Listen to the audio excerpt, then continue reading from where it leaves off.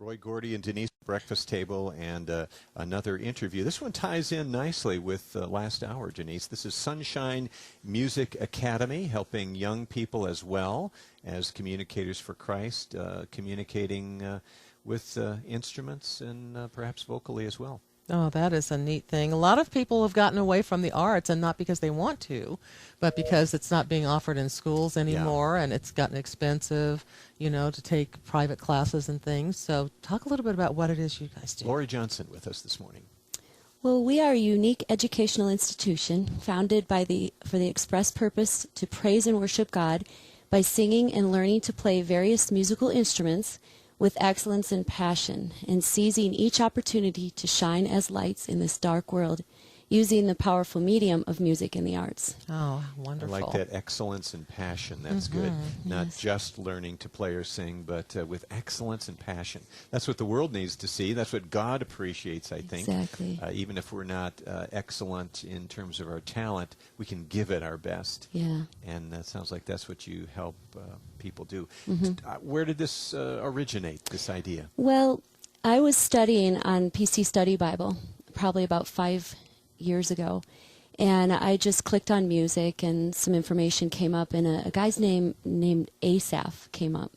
Now, some of Christians are not really familiar with this guy, but he actually, in the group that he was working with, wrote at least 10 of the Psalms. I believe it's Psalm 73 to Psalm 83.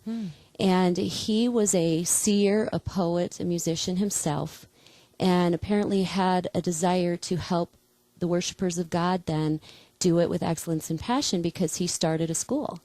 And when I read that, something just jumped in my heart, and it just hit me that, wow, that's exactly what I want to do now. And so so I studied a little bit more about him, and that just kind of was in there for years.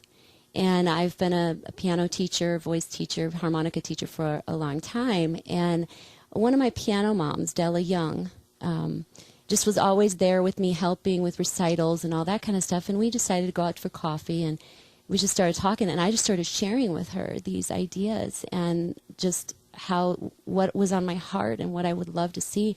And she said, "Have you ever put it down on paper?"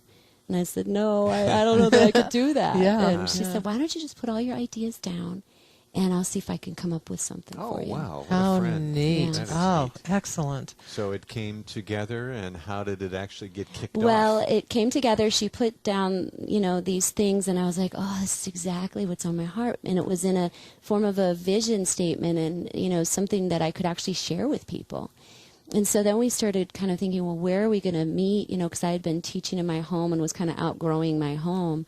And so we talked to North Glen Christian Church in North Glen, and she had a connection with them previously, and they said, we met with a pastor, and they have really opened up their facility for the community. Now that's where Heaven Fest occurred. No, that's Northern Hills. Oh, that's Northern Hills. Yeah, Okay, this is gotcha. North Glen Okay. Christian All Church, right. which is on Ermine 104th.